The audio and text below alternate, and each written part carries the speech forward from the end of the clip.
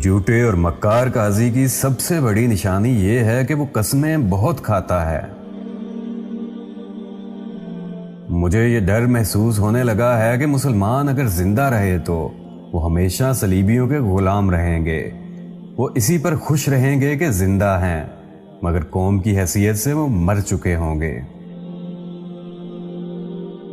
اگر کسی قوم کو جڑ سے اکھاڑ پھینکنا ہو تو ان کی عوام میں نفرت کے بیج بو دو، قوم خود بخود تباہ ہو جائے گی۔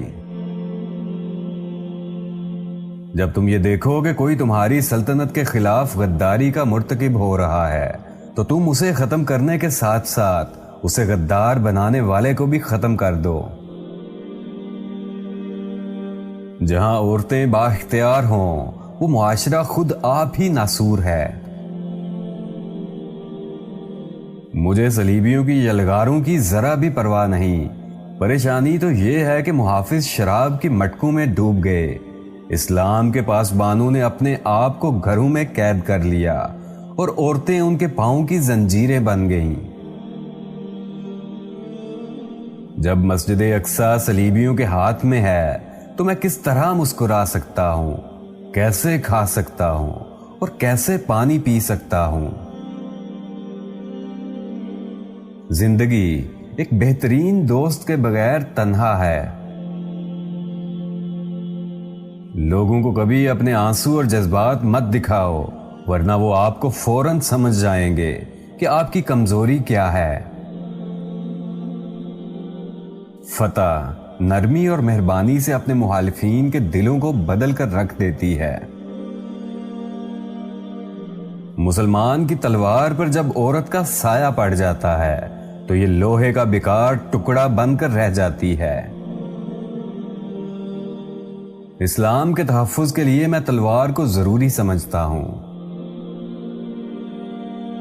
شیر کو کوئی فرق نہیں پڑتا کہ ایک گیدڑ کیا سوچتا ہے۔ صلاح الدین ایوبی جب فلسطین فتح کرنے نکلا تو دنیا بھر کی صلیبی قوتیں متحد ہو کر سامنے آ گئیں، تو آپ کے مشیروں نے مشورہ دیا کہ ابھی حملہ نہ کیا جائے، شکست کا خطرہ ہے۔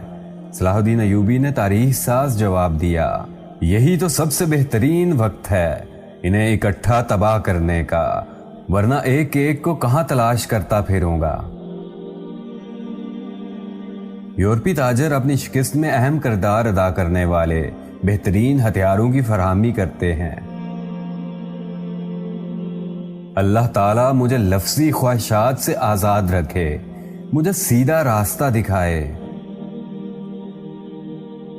میری تلوار کو میرے ساتھ دفن کرنا، کیونکہ روز محشر یہ میرے لیے اچھی گواہی دے گی۔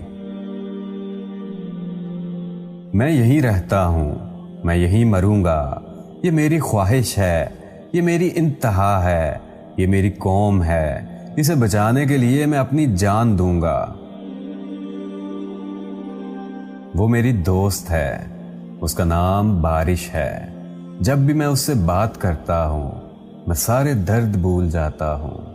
وہ زندگی کی رفتار سے بات کرتی ہے، کبھی کبھی میں اس کی باتوں کو سمجھ نہیں پاتا، لیکن اس کے تاثرات مجھے خوشی دیتے ہیں۔